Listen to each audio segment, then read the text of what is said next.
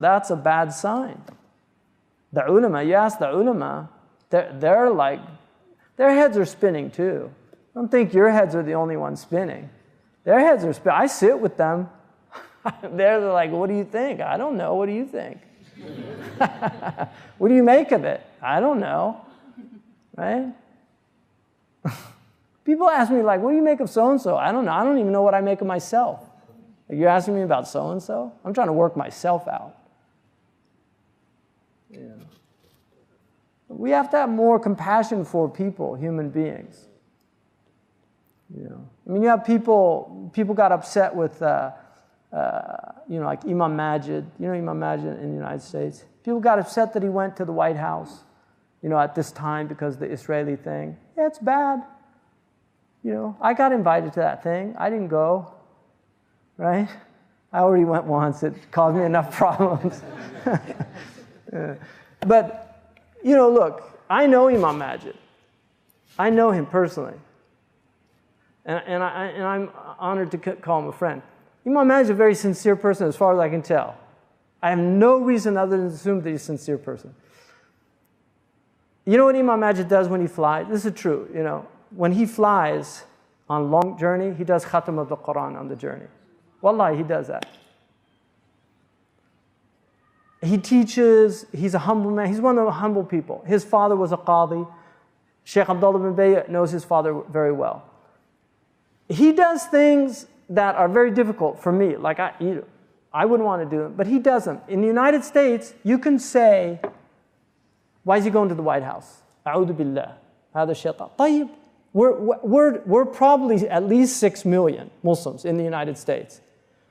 We have to have some level of engagement. Somebody has to be to be talking to these people. I don't want to do it, but somebody has to do it, or else we're completely marginalized.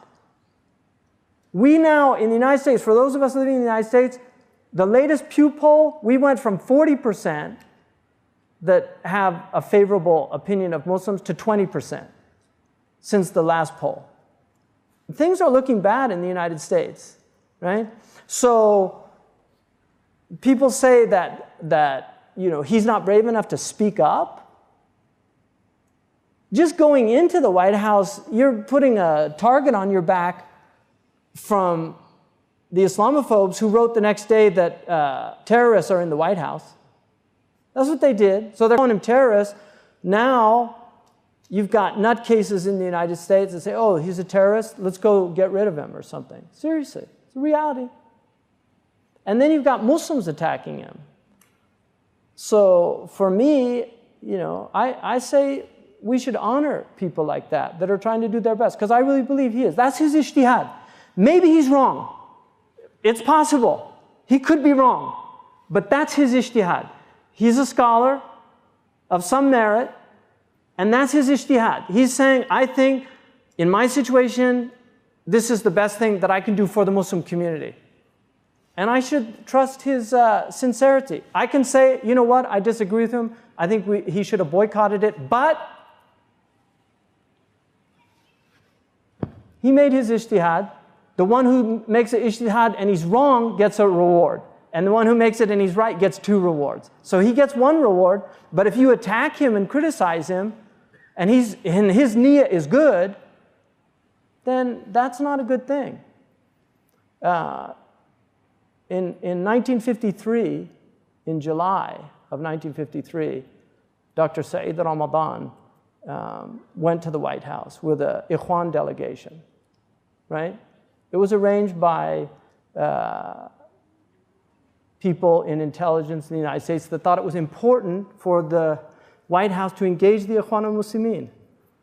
So he went there. That was his ijtihad. There's books. I read a book called The Devil's Game claiming that these people were agents of the CIA. I don't believe that, because I actually met the man. I met Dr. Ramadan, Saeed Ramadan. I actually read his PhD dissertation that he did at a European university. I don't think he was. I think he was making an ijtihad. He went into the Eisenhower White House at a time when Eisenhower was undermining the democratic government of Iran. He was undermining the democratic government of Iran. They overthrew Mossadegh. He was directly involved in ensuring Israel's success as a state. Eisenhower, Truman acknowledged it.